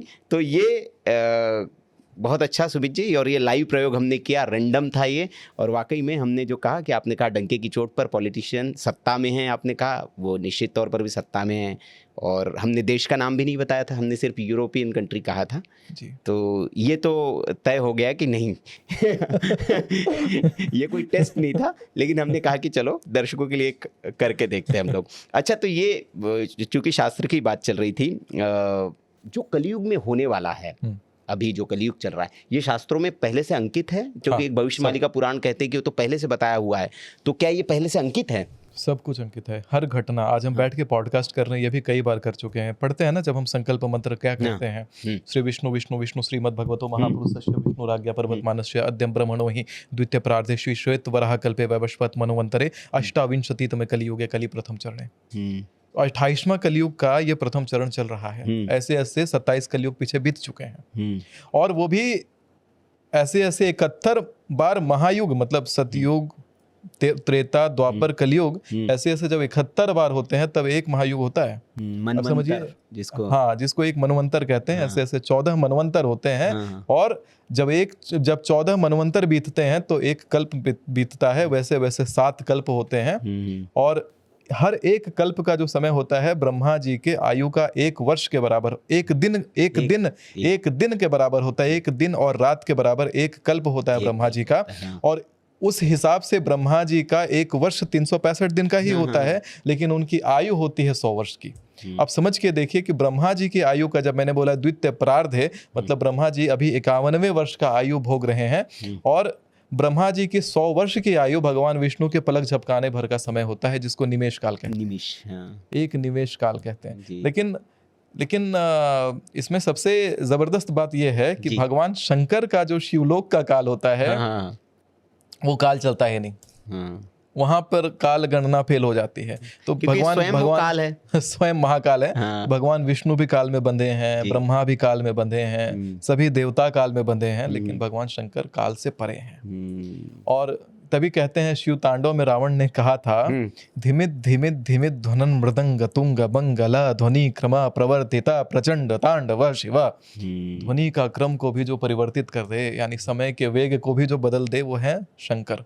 और शंकर की आराधना जब मैं ऐसे कालखंडों की बात करता हूं तो शंकर की आराधना का विषय मैं चाहता हूं लोगों को बताऊं, क्योंकि लोग भी शंकर बन सकते हैं, कि मैं भी शंकर हूं, आप भी शंकर हैं, वो हम हाँ, और हम सभी के बीच जो वार्ता हो रही है वो भी शंकर है। शंकर की इच्छा से ही सब कुछ हो रहा है, और ये पूरा जो कहते हैं ना कि संसार है वो भी शंकर है। एक पत्थर का टुकड़ा अगर पर्वत से लगा है तो वो पर्वत है, पर्वत से अलग है तब तक वो पत्थर है, जब तक वो महसूस कर रहा है हम पर्वत से अलग हैं तब तक वो पत्थर है। लेकिन जब ही वो ये देख लेता है कि नहीं पर्वत में तो मैं चिपका हुआ हूँ, तो वो अपने आप को पर्वत मानता है।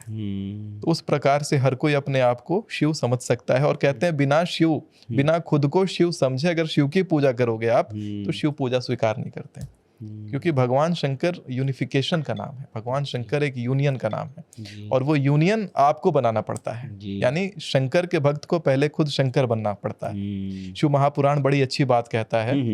शिव महापुराण के रुद्र संहिता के सृष्टि खंड में बड़ा अच्छा वर्णन मिलता है महामृत्युंजय मंत्र का महात्म्य।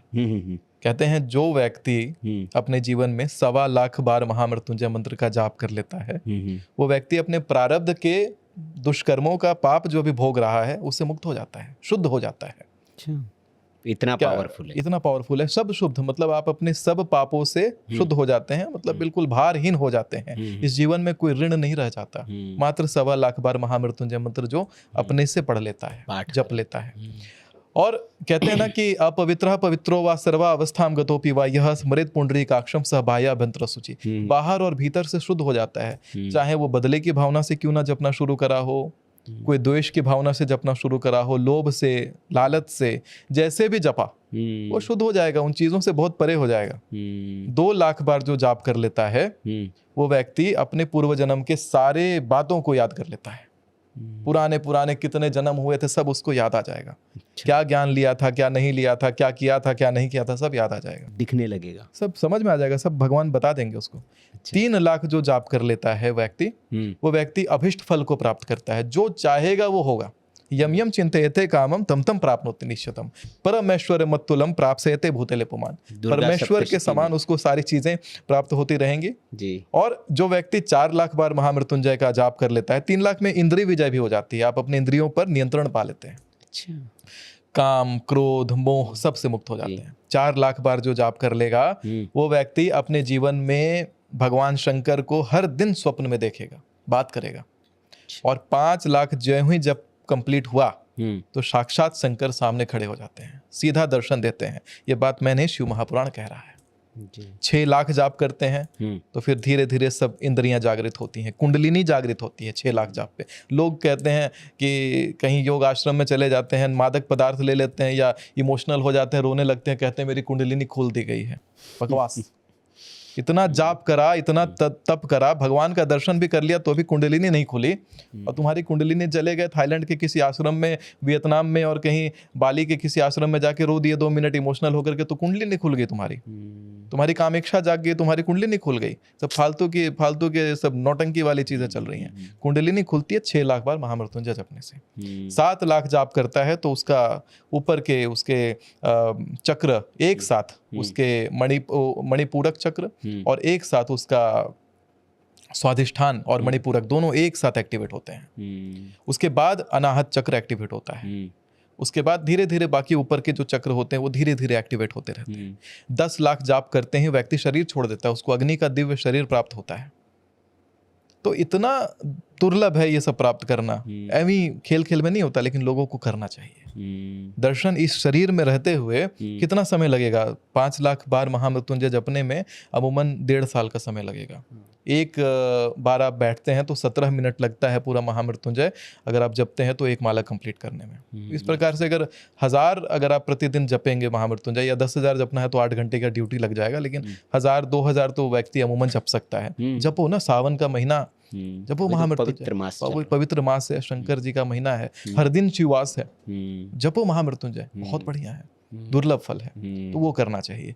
सुमित जी, पुराणों की हम बात कर रहे थे, एक पुराण को हमने मतलब थोड़ा सा मिस कर दिया, बाकी पुराणों की थोड़ी थोड़ी चर्चा आपने कर दी। गरुड़ पुराण बहुत महत्वपूर्ण ये पुराण है जी। ये लेकिन लोग ये कहते हैं कि ये, कई लोग इसको कहते हैं कि यार ये प्रतीकात्मक है, तो ये शाब्दिक है, प्रतीकात्मक है, या वास्तविकता में गरुड़ पुराण में जो बताया गया है जो मृत्यु के बारे में और वो सब, वो मतलब उसको हम आज के कलयुग में मतलब उसको कैसे प्रमाणित कर सकते हैं? सब सत्य है और जी तीनों गुण इसके पास है जी।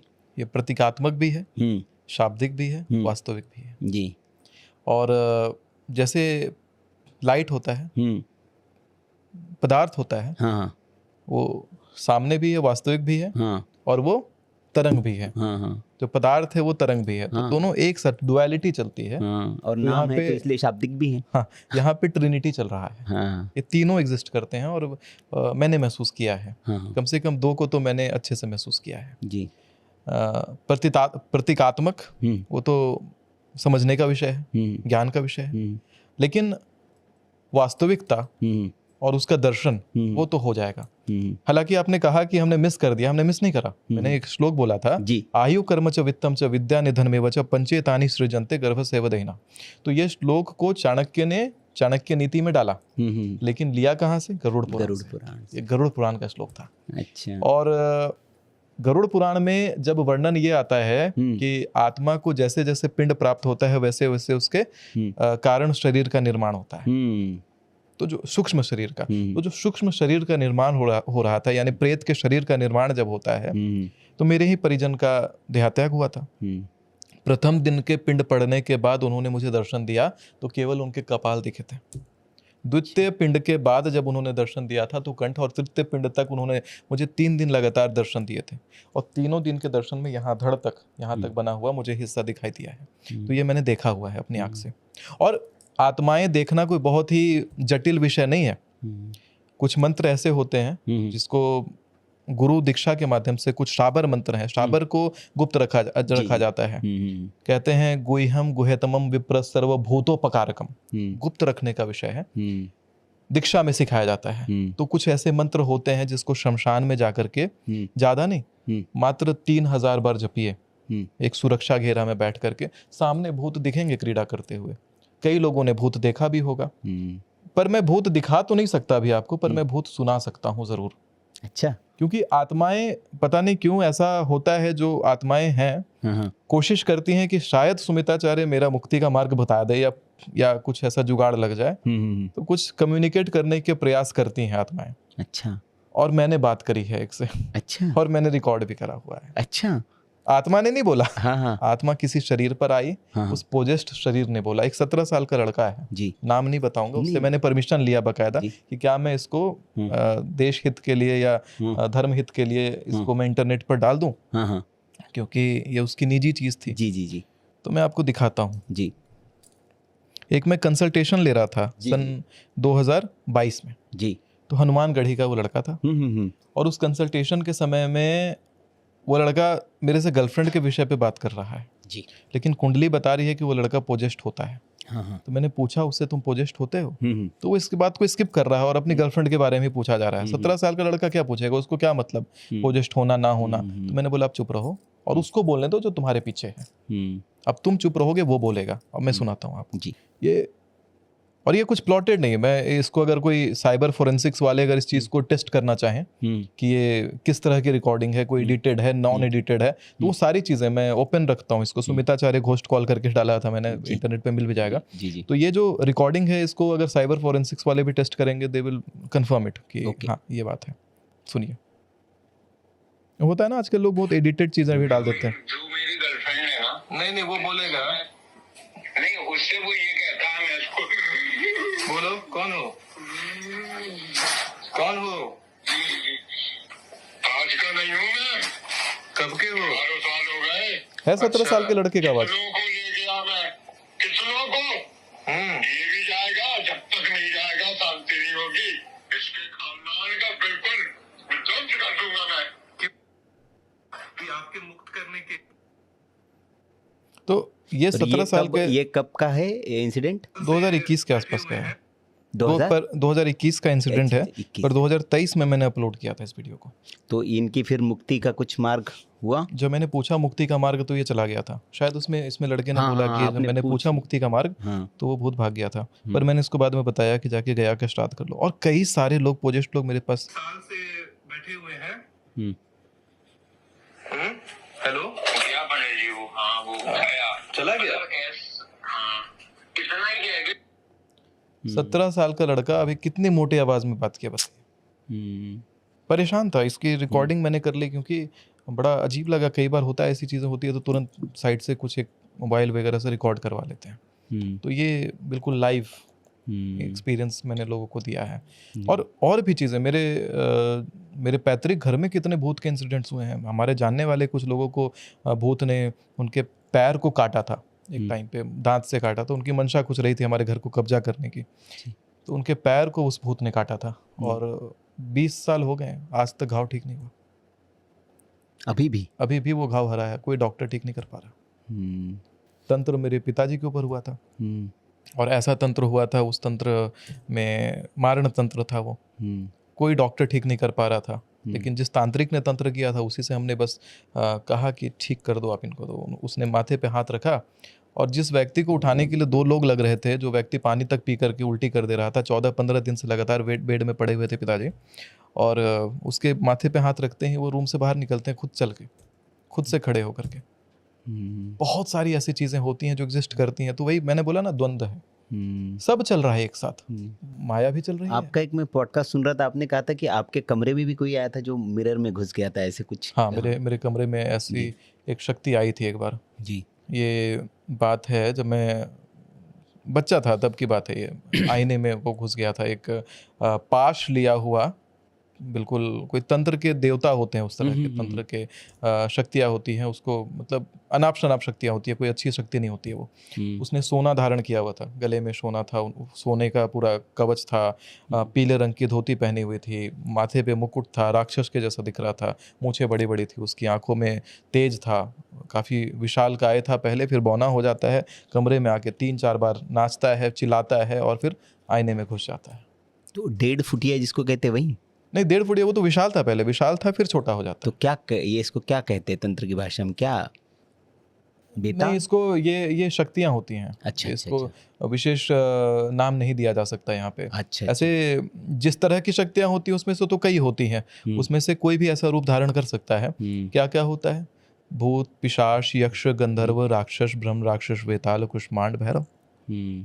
तो भैरव के कोई स्वरूप का एक विस्तार था ये भैरव के स्वरूप का। लेकिन भैरव में जरूरी नहीं, मैं काल भैरव की बात नहीं कर रहा, और जो देव भैरव हम जिनकी पूजा आराधना करते हैं वो भैरव की बात नहीं कर रहा। एक भैरव नाम का एक ऐसे प्रेत आत्मा कह लीजिए, वो भी होता है, बुरी शक्ति जिसको कह सकते हैं। हमने सुना आपके साथ गणों के तौर पर चलते हैं, कुछ भूत लेके चलते हैं आप?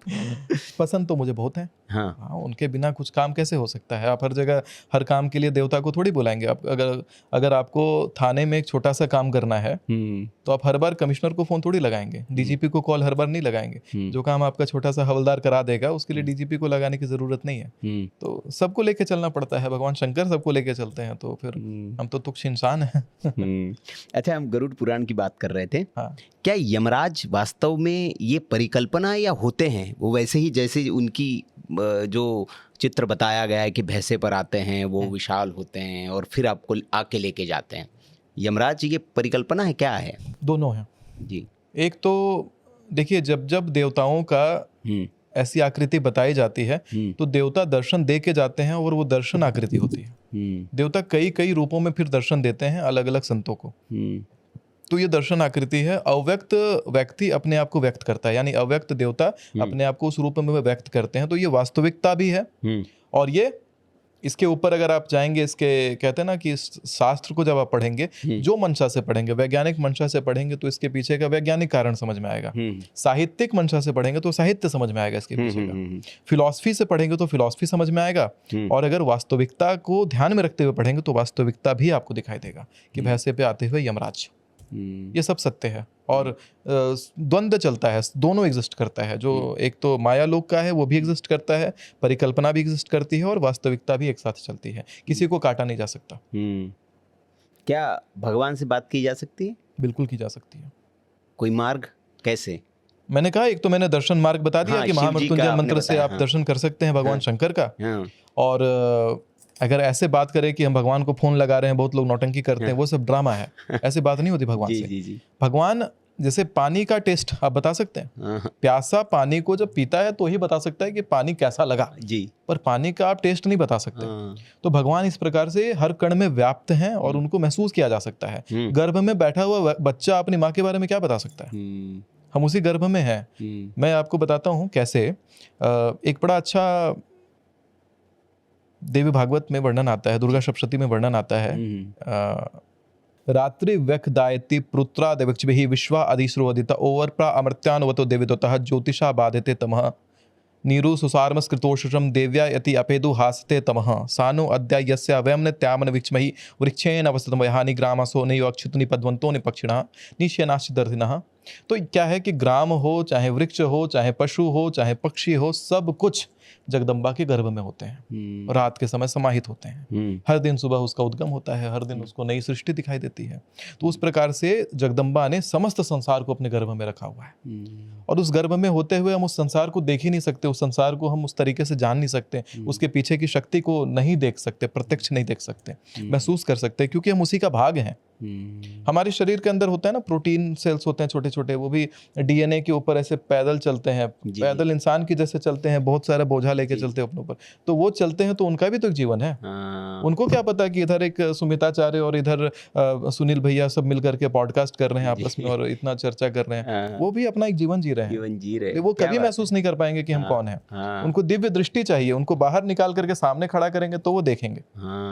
ये भी बहुत गहरी बात मैंने कही, डायमेंशनल एनालिसिस की बात मैंने कही है। बहुत गहरी बात है, लौकिक अलौकिक की बात है ये। कि इस संसार में जो कहते हैं ना, एक सूक्ष्म जगत और एक हम तो जिस जगत में, और एक सूक्ष्म जगत भी है। तो ये उसकी बात हो रही। अच्छा, क्या शास्त्रों में एलियन सभ्यता जैसी भी कोई जिक्र आया है कहीं पे? क्योंकि एक एलियन सभ्यता का भी बात किया जाता है, तो उनका भी कहीं उल्लेख है हमारे शास्त्रों में? शील निधि कौन थे?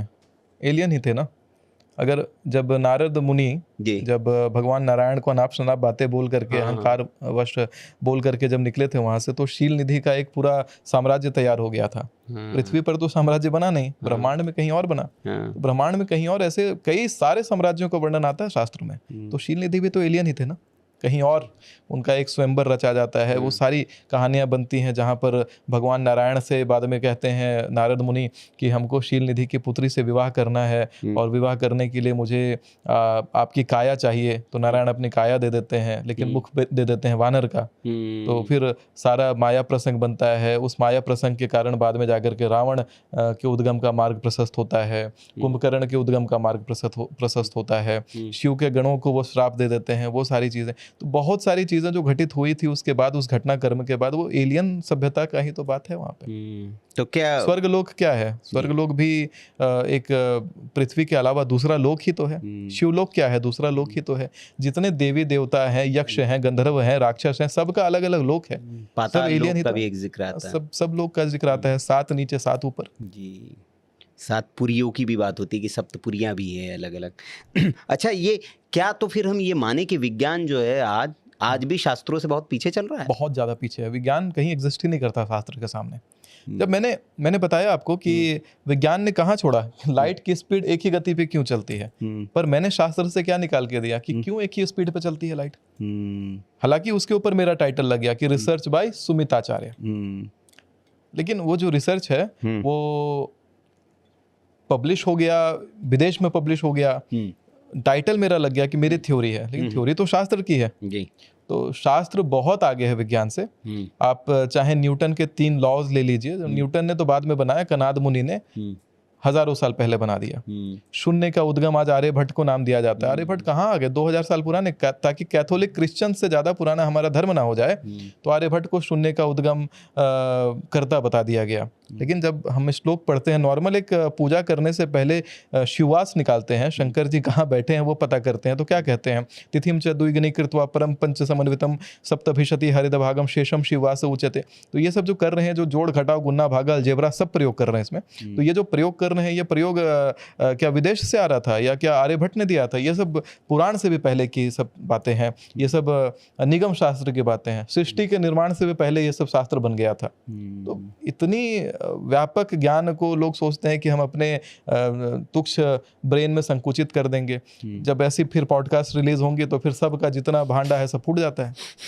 लोग यही कोशिश करते हैं, धर्म पर खूब प्रहार करते हैं। सरकार के ऊपर ये पॉडकास्ट जितने लोग डाल रहे हैं, थोड़ा PIL डालिए कि भाई क्यों पढ़ाया एनसीईआरटी में कि हिंदू शब्द जो है विदेशी पारसी से होकर के आया, विदेशी लोग सिंधु नदी का नाम नहीं ले सकते तो हिंदू हिंदू बोलना शुरू कर दिए। वही धरातल है हिंदू का। हिंदू के ऊपर सीधा प्रहार किया गया, पूरे धर्म के ऊपर प्रहार किया गया कि तुम लोगों का कोई अस्तित्व ही नहीं है, तुम लोग तो विदेशी गाली हो। गाली हुआ ना एक तरीके से, कोई नाम सही नहीं ले पा रहा है। अब ट्रंप ने बोला था विवेकानंद को, क्या बोला? विवेकाकमनन। तो विवेकाकमनन कोई व्यक्ति हो गया क्या? तो उसी प्रकार से हमारे देश को, हमारे देश के प्रमुख धर्म हिंदू धर्म को सीधा बता दिया विदेशियों ने, गलत उच्चारण किया था, उसको आप लोग धर्म बना के चलते हैं। कितना बड़ा प्रहार है ये। कौन विदेशी सभ्यता संस्कृतियां जो आती हैं भारत में, भक्ति का प्रचार करवाते हैं अपने आप को, तो वो लोग भी यही करवा रहे हैं कि Sanatana Dharma, call Sanatana Dharma, we are not Hindus, Hindu is not a word. फालतू की बातें हैं। इन सब के ऊपर PIL करिए आप लोग। अगर सच में हिंदू मानते हैं अपने आप को तो एक्शन लीजिए। क्या हर शास्त्र हर व्यक्ति के लिए है? सब शास्त्र हर व्यक्ति पढ़ सकता है या कोई स्पेसिफिकेशन है उसके लिए? देखिए, शास्त्र हर व्यक्ति को पढ़ना चाहिए, हर शास्त्र हर व्यक्ति को पढ़ना चाहिए, क्योंकि ज्ञान से कहते हैं कि तमसो मा ज्योतिर्गमय, असतो मा सद्गमय, मृत्यु और मा अमृतम गमय। तो अगर तमस के अंधकार से अगर आपको कोई निकाल सकता है तो ज्ञान है। तो अच्छा, तो अगर हम आज के युवाओं के लिए सिर्फ एक शास्त्र पढ़ने की आप सलाह दे कोई, क्योंकि आपने तो अध्ययन कर रखा है जी, जो उनकी सोच, उनके करियर, उनके रिश्ते, जीवन सबको बदल कर रख दे, तो वो कौन सा एक शास्त्र होगा? शिव पुराण। शिव पुराण पढ़ना चाहिए। शिव पुराण पढ़ना चाहिए। क्यों? अब उसमें ऐसा क्या, जैसे आप चूंकि हम बात कर रहे हैं तो अंतिम जाते जाते क्या उसका सार जो है कि जो भाई जो हमारे दर्शक देख रहे हैं कि इससे ये शिव पुराण में ये वर्णित है और ये अगर आपने कर लिया तो आपका जीवन, सोच, परिवार, रिश्ते सब बदल जाएगा। जिसका परिवार बिखर रहा हो वो शिव पुराण पढ़ेगा तो देखेगा कि भगवान शंकर का वाहन नंदी, जगदम्बा का वाहन उसका शत्रु सिंह, और कार्तिकेय महाराज का वाहन जहाँ मोर, और उसका शत्रु सीधा भगवान शंकर के गले में वासुकी। वासुकी का गणेश जी चूहे पे बैठे हैं। तो जिसका परिवार बिखर रहा हो वो शंकर जी को देखेगा तो इंस्पायर हो जाएगा। जो बुद्धि खोज रहा हो, ज्ञान खोज रहा हो, तो भगवान ब्रह्मा जब नारद को कहते हैं कि इस मंत्र का उच्चारण तो ठीक ठीक मैं नहीं कर सकता, तो वो विद्वान, मतलब भगवान ब्रह्मा जब कहते हैं नारद को इस मंत्र का ठीक उच्चारण मैं भी नहीं कर सकता, ओम का उच्चारण बता रहे थे जब नारद को, तो कह रहे हैं ठीक मैं नहीं कर सकता उच्चारण, भगवान शंकर ही इसका सही उच्चारण कर सकते हैं। जब प्रथम हर मंत्र में ओम लगता है तो ओम का उच्चारण में ही भगवान ब्रह्मा कहते हैं कि मुझे नहीं आता उच्चारण करना, लेकिन जो भगवान की इच्छा से ज्ञान प्राप्त है वो मैं तुम्हें सिखाता हूँ। तो विद्वान यहाँ विद्यावान हो जाता है, उसका विद्वान होने का अहंकार खत्म हो जाता है और वो विद्यावान हो जाता है, क्यूरियस हो जाता है, विद्यार्थी हो जाता है। जैसा बड़ा अच्छा आपने बात कही थी, तो वो विद्यार्थी बन जाता है। तो इतना बड़ा अगर किसी को ज्ञान चाहिए तो वो विद्वान विद्यावान बन जाएगा। अगर किसी को परिवार चाहिए तो मैंने बताया, अगर किसी को धन चाहिए तो सारी स्ट्रैटेजी है शिव महापुराण में, कैसे पैसा कमाया जाए। सारे तंत्र हैं शिव महापुराण में, तंत्र के निर्माता भगवान शंकर हैं, सारा तंत्र पड़ा हुआ है। मारण सीखना है सीखिए, उच्चाटन सीखना है सीखिए, विद्वेषण सीखना है सीखिए, वशीकरण सीखना है सीखिए, आप स्तंभन सीखना है सीखिए, चाहे आप विद्वेषण बोला मैंने, विद्वेषण बोला ना? हाँ, क्या था? वशीकरण, मारण, उच्चाटन, स्तंभन, सम्मोहन और विद्वेषण। तो ये अगर आपको 6 षड्मार्ग सीखना है तंत्र का तो आप शिव महापुराण पढ़िए। आपको जो सीखना है, अगर आपको विज्ञान सीखना है तो भगवान शंकर सूक्ष्म है, सिंगुलैरिटी है, ब्लैक होल है, ब्लैक होल का पूरा वर्णन शिव महापुराण में आपको मिल जाएगा।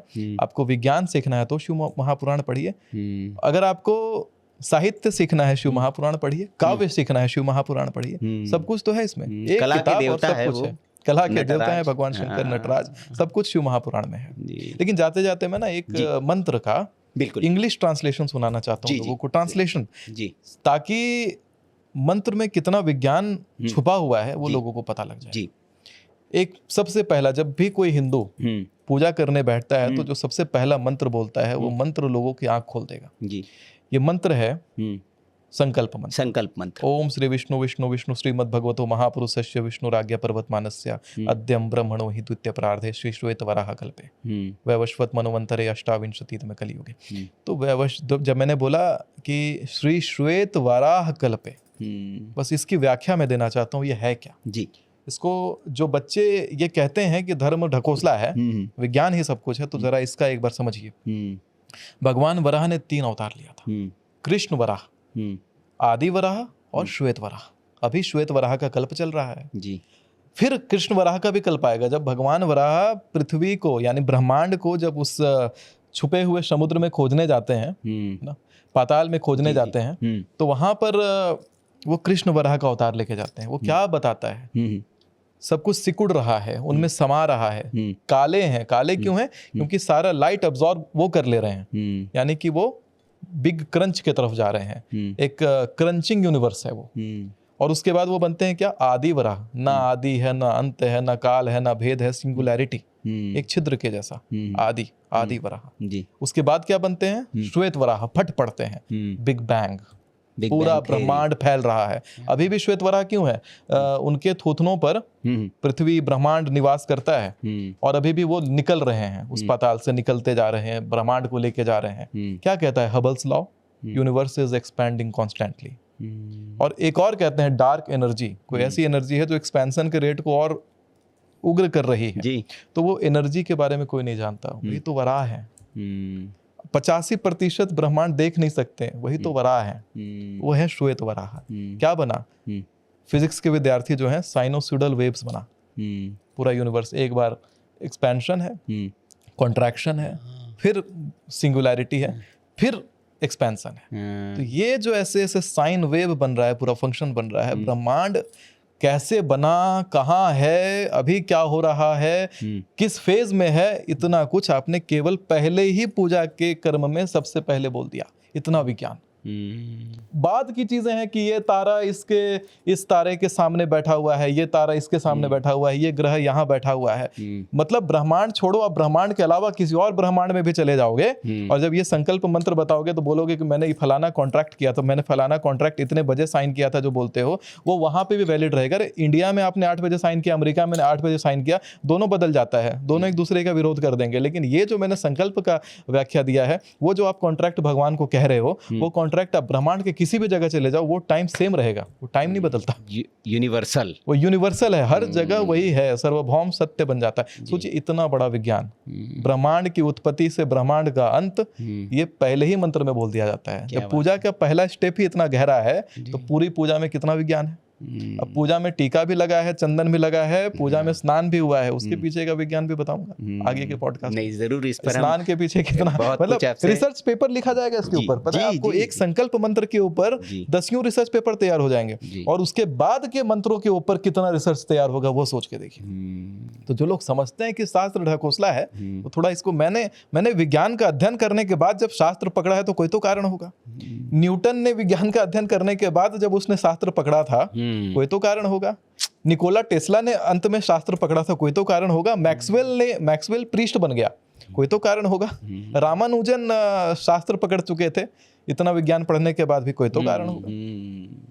तो शास्त्रों की शक्ति जो है, आज हमने उस पर विस्तार से चर्चा की। अब अंत में जाते जाते सुमित जी, जिसके लिए आप विख्यात हैं, क्या आज ऐसी इस मंच से भविष्यवाणी करके जाएंगे आप कि जो आने वाले दिन में ये मेरा प्रेडिक्शन है और ये आप होते हुए, घटित होते हुए देखेंगे, जो कुछ नया आप बताना चाहें? शनि वक्री हुआ है, ट्रेन हादसे का योग है। शनि वक्री काल में, कब से? अभी शनि वक्री काल में ट्रेन हादसे का, हाँ, बड़े लेवल का ट्रेन हादसे का योग है भारत के अंदर। तो बहुत यात्रियों को यात्रा बहुत संभल कर करनी है, अनावश्यक यात्रा नहीं करनी है, आवश्यक यात्राएं करनी है जी। कुछ धार्मिक पर्यटन स्थलों पर भी कुछ हादसे दिखते हैं, क्योंकि अभी बहुत धार्मिक पर्यटन स्थलों पे, क्योंकि लैंडस्लाइडिंग और इस तरह की बातें, ये भी आएगा सामने। इसके भी योग हैं। जी जी। तो चलिए, बहुत बहुत आभार आपका सुमित जी। बहुत-बहुत बहुत गहन चिंतन और मंथन हुआ है और बहुत कुछ सीखने को हमें आपसे मिला है, और हमारे दर्शकों को भी इस सत्संग से विवेक ही होगा। बहुत कुछ हम जो शास्त्रों के बारे में, चूँकि हम तो सनातनी हैं, हिंदू हैं, लेकिन शास्त्र से हम विमुख हो गए हैं। हम लोग ने पढ़ा नहीं है, या अज्ञानवश हमें किसी ने इंसिस्ट भी नहीं किया, लेकिन एक रुचि होती है कि पढ़ना चाहिए। और आज से आज जो आपसे ये संवाद हुआ है, जो सत्संग हुआ है, उसके बाद मेरी रुचि और ज़्यादा मतलब बढ़ गई है कि मुझे शास्त्रों को पढ़ना चाहिए, और उनके अंदर जो इतना ज्ञान भरा पड़ा हुआ है, उस ज्ञान को मुझे लेना चाहिए। तो दर्शकों को, अगर आपको ये आज का सत्संग अच्छा लगा हो तो आप ज़रूर इसे लाइक करें, और कुछ और प्रश्न हो जो मैं नहीं पूछ पाया हूँ, जो मेरे विवेक में नहीं आए हों, तो आप लिखे कमेंट बॉक्स में। अगली बार हम सुमित जी से जब मिलेंगे तो उनसे उन प्रश्नों के उत्तर लेने की ज़रूर कोशिश करेंगे। और जैसे मैं हमेशा कहता हूँ कि इस पॉडकास्ट को आप कम से कम अपने 10 चित्त परिचितों तक शेयर ज़रूर करें। क्यों? क्योंकि बांटने से खुशियाँ बढ़ती है। इस पॉडकास्ट के ज़रिए अगर किसी को विवेक होता है, किसी को ज्ञान मिलता है, किसी को कोई समस्या दूर होती है, तो आपको आशीर्वाद देंगे, लाभ देंगे, धन्यवाद देंगे, तो उससे आपका लाभ ही होगा। और किसी को इस सत्संग में आप देखना चाहते हैं तो हमें ज़रूर सुझाएं, उनको भी हम बुलाने की पूरी कोशिश करेंगे। आपने यहाँ तक इस सत्संग को देखा, आपका बहुत बहुत आभार। जय श्री राम, हर हर महादेव।